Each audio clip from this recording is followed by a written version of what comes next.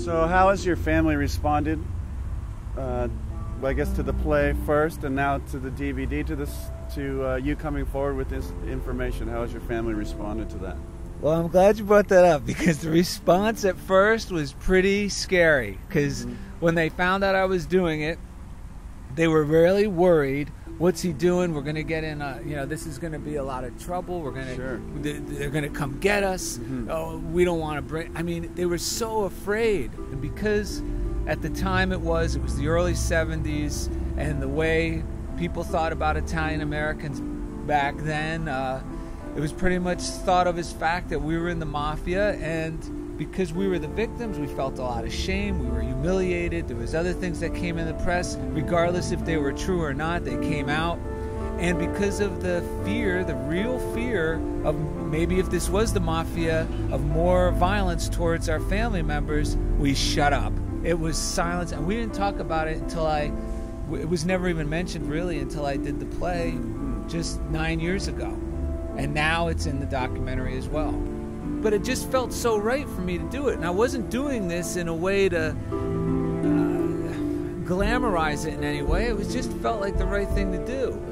And it worked out better than my imagination. Because in my little, in your fantasy, when you do something like this, you really hope it's a healing thing. And that everybody's going to embrace it and be happy that you did it. Right. But in the beginning, I was worried, well, maybe that won't be true because of their initial response. Right. But the good news is, and it's in the DVD, and you see it in the documentary on the DVD, is although they were apprehensive, by the end, they felt relieved. It was like a weight was lifted off their shoulders, and it was almost like by being able to finally say, okay, this horrible thing happened. We're going to admit it. It was almost like by facing that, it allowed all our happy memories to start coming up, and and good memories, because that thing became like a malignant tumor that destroyed my family. Right. So, would you say that it had the same effect within you, that you were able to move through and release some of that pain and feel some new life emerge, some new energy emerge within you as a result? 100%. And let's now be at peace to go live our lives.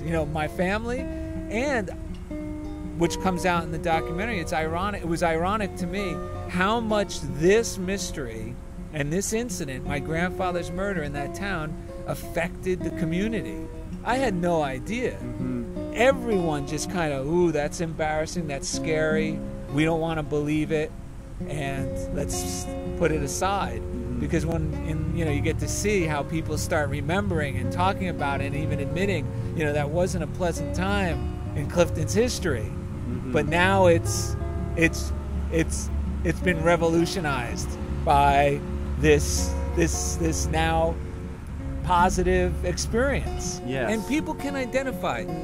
People don't just identify. I mean, yeah, some people have had a lot worse than me, and some people not as bad. Right. But the one thing we can all identify is our own personal tragedies, our own personal obstacles we've had to overcome. Right. And we all really, I feel we really want to believe that in spite of these things, that life can go on and be happy. Yes. That it can be a good life, and we can be a positive example. And that turned out to be the goal of the documentary, to share that theme with others. Right.